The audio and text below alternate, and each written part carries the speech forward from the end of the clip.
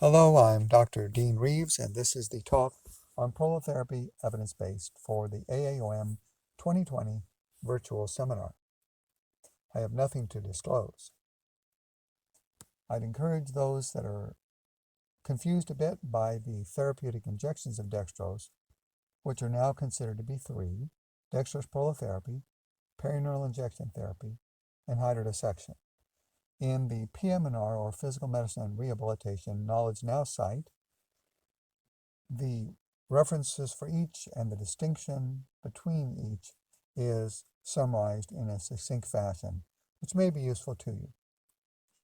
Before we begin to look at the literature, we need to consider strength of recommendation. Ebel et al. Published an article in which they recommended considering evidence to be level A only if there were multiple randomized controlled trials with good quality and consistent patient-oriented evidence. Level B would be a single moderate to good quality randomized controlled trial or multiple randomized trials with some limitations in quality or consistent patient-oriented evidence.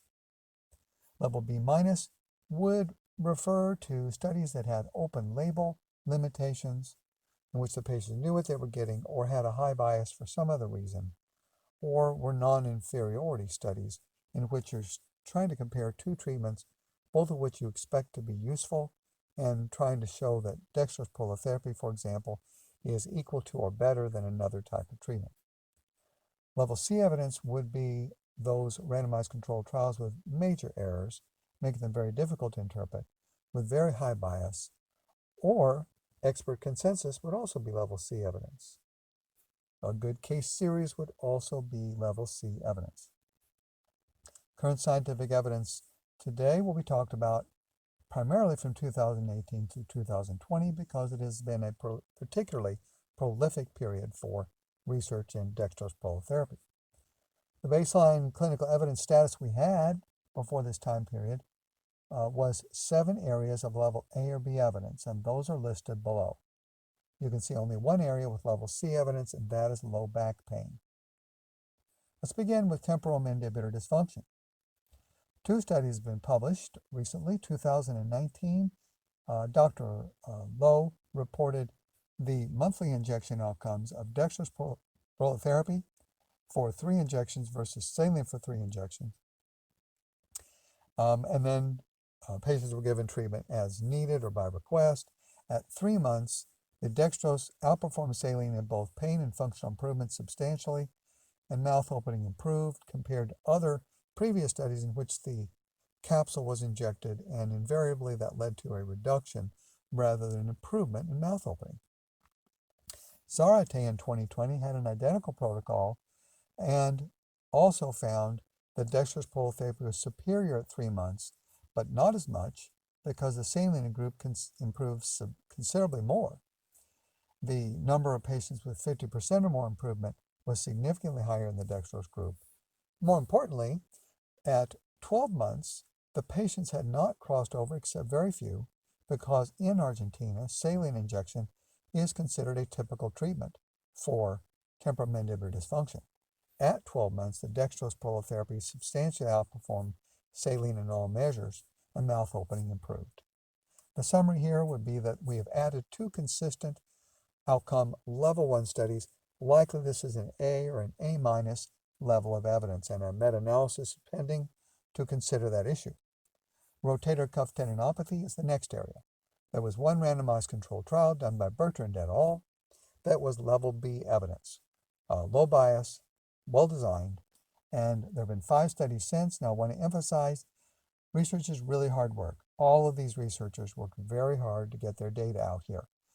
Just a matter of looking at the studies to see if they actually contribute to the level of evidence or not, and what their limitations might be.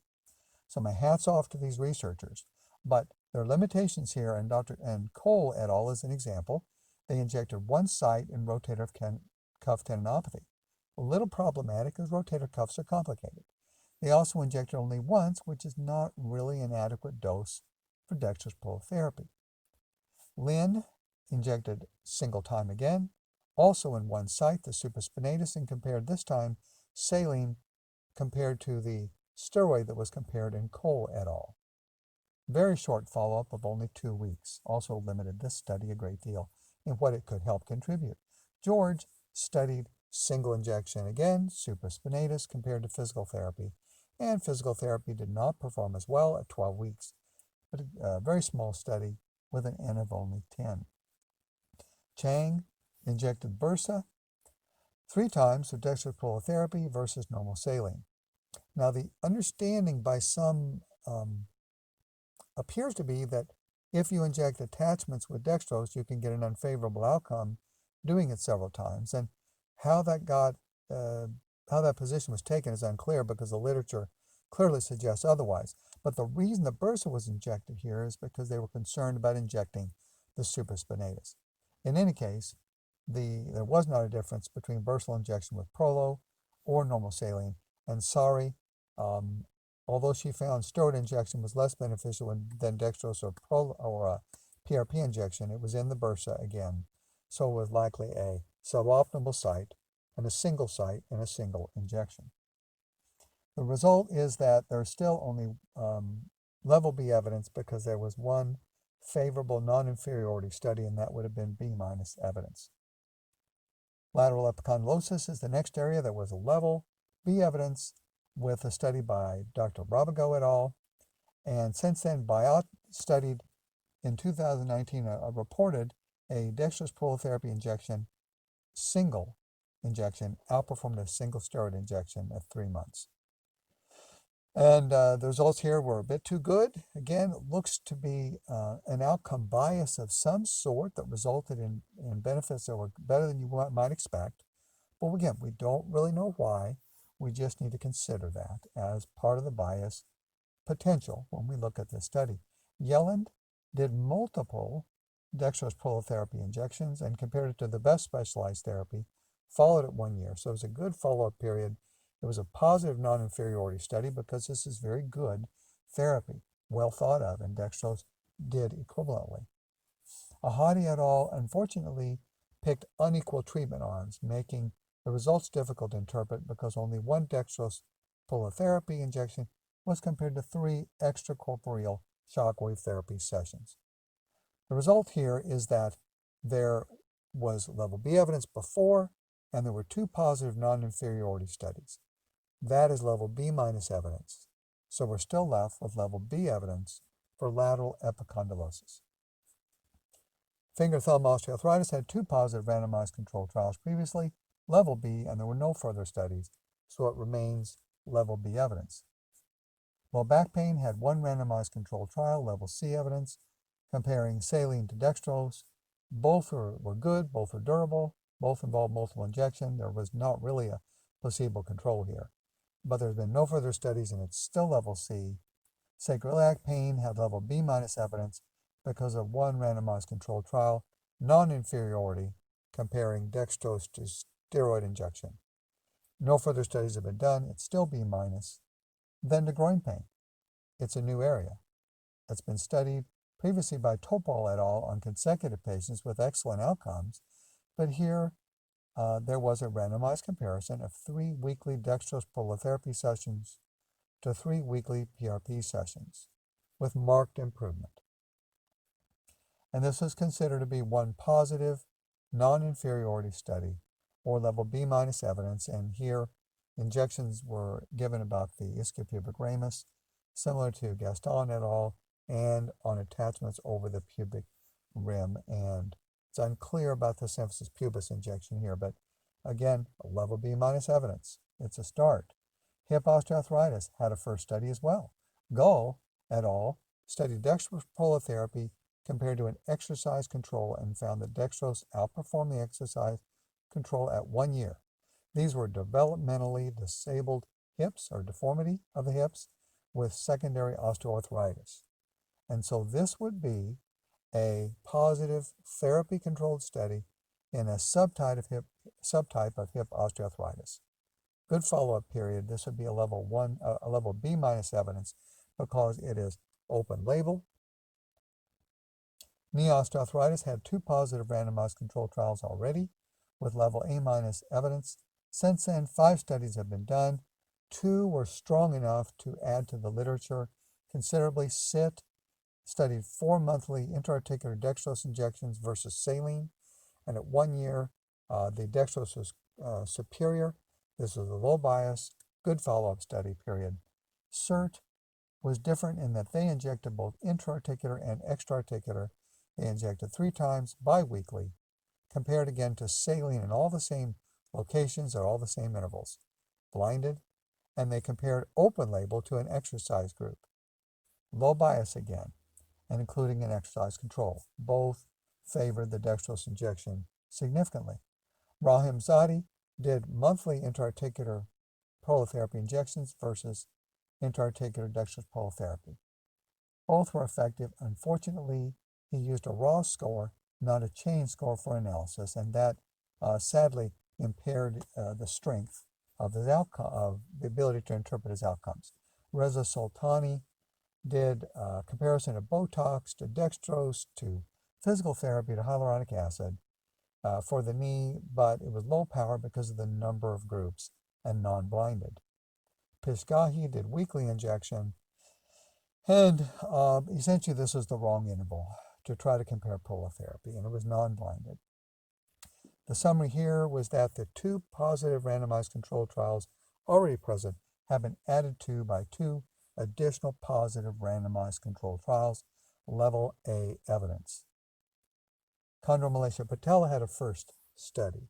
In this case, Orthopedic et al. In 2020 reported dextrose prolotherapy every 3 weeks for 3 occasions, compared to platelet-rich plasma every 3 weeks for 3 occasions, followed to 1 year. Thus, this was a non-inferiority study, showed evidence that was substantial for clinical efficacy of both treatments. And so the summary would be this is 1 positive non-inferiority study of chondromalacia patella would be level B- evidence. Osgood-Slaughter disease had level B evidence already, as noted by Dr. Topol, who published dextrose versus control injection versus exercise. The change here is that Nakasi reported in 2019 what on the surface appeared to be a negative study showing no superiority of dextrose over saline. However, there was enough problems with this study that unfortunately we needed to publish a letter to the editor pointing those out. The saline, of course, is not a placebo control. Second, the injection was in the infrapatellar bursa, not the attachment of the patellar tendon, so it's a different location. But more importantly, there were statistical errors here. The raw scores were used, not the change scores. And here, the dextrose group was substantially different at baseline, such that their improvements were considerably more. So a look at the data here would have shown that this was a likely positive study, but it was undermined, unfortunately, despite all the work of these fine authors, by statistical errors, and we're left still with level B evidence in this area. Achilles tendinopathy had level 1B- evidence because of 1 randomized controlled trial. This was Yelland et al., and it involved just injection around the Achilles, not in it. But despite that method limitation, they still showed benefit as good as the best available therapy. Since that time, there's been no further studies, and it's still level B- evidence. Ankle osteoarthritis had a study by Akpankar in which every 3-week dextrose prolotherapy was compared to every 3-week platelet-rich plasma with a 1-year follow-up. This was limited by an alternate randomization rather than random assignment and was open label. Now, this was a study primarily of injecting the tibio-talar joint, and this added preliminary evidence of level C because it was not only open label and non-inferiority design, but also had alternate assignment instead of randomized. Nevertheless, a good initial attempt by these authors and adds to the literature. Plantar fasciosis had 5 studies, 1 by Atlas, 1 by Urson, and 1 by Manzes Kaplan that were strong enough to add to the literature considerably. Atlas performed every 3-week dextrose prolotherapy times 3 and compared that to normal saline, same interval, same number of times, followed to 3 months, dextrose was superior and outperformed saline. Ursin found the same pattern with dextrose prolotherapy outperforming normal saline with that same interval and frequency and number of treatments, and they followed to 1 year. Manzis-Kaplan was similar in terms of every 3-week treatment, comparing dextrose to normal saline, but only did 2 injection series and followed to 15 weeks. All those 3 studies were in agreement, and then Ugler did a weekly injection comparing a weekly treatment of shockwave therapy versus dextrose prolotherapy versus PRP versus steroid, and that was hampered, of course, by the weekly design.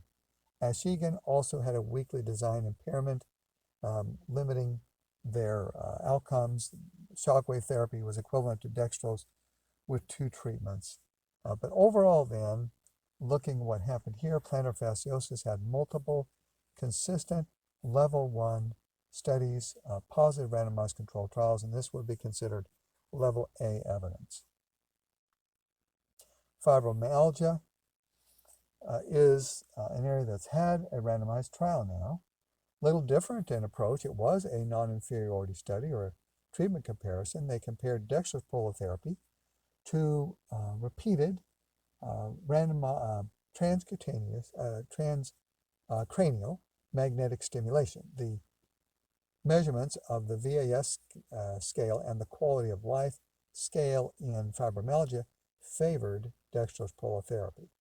However, the depression scales favored the repetitive transcranial magnetic stimulation. So each have their areas of benefit. Overall, though, from a pain and function standpoint, this would be a positive level 1 non-inferiority study. So since January 2018, there were 7 areas of level B evidence when we started. Now there are 13 areas with level B evidence. Those are all bolded below. The areas of biggest functional or biggest potential impact are in red, and they're worth emphasizing. In temporal mandibular pain and dysfunction, a very simple intra-articular approach that's easily imitated by dentists or primary physicians were published. They were an identical method, and they showed very consistent results to 12 months, a little differences to 3 months because the saline group really improved a lot in one of the studies more than the other. But in each study, the mouth opening improved significantly and the functional and pain benefits were significant. And this likely is going to result in an A or an A minus level of evidence. The groin pain was important because this reinforced Topol's study and added to it that there is randomized controlled evidence that dextrose is equivalent to platelet-rich plasma. Injections were in very similar locations. Hip osteoarthritis is important in that a therapy-controlled study is still useful, and it was an osteoarthritis subtype. Nevertheless, the results were considerably different, and there was a good follow-up period for level B evidence. Knee osteoarthritis continues to grow in strength. The outcomes are not huge in terms of the amount of improvement, but this is an important quality of life change. Also, if you look at quality of life scales, and this was shown even with intra-articular injection only or with multiple injection methods. We'll, of course, be combining treatments, but this was a very encouraging finding, and the level of evidence here should be level A because of the 4 randomized trials now. Plantar fasciosis made a big leap over these few years with multiple consistent level 1 studies. Positive should be rated A to A minus. This is a summary that may be useful for you. It goes through the areas from the jaw down through the plantar fascia with fibromyalgia at the end that summarizes the results here. And thus, we've reached the end of our current scientific evidence. And I think, as you can see by these studies on dextrose prolotherapy alone, we're on our way. And I need to congratulate all these authors. They've done their very best. There are some things we have to learn about quality in literature, but I'm very grateful to have the privilege of reviewing such significant efforts and to see such substantial progress in this field. Have a good day. Kind regards to all.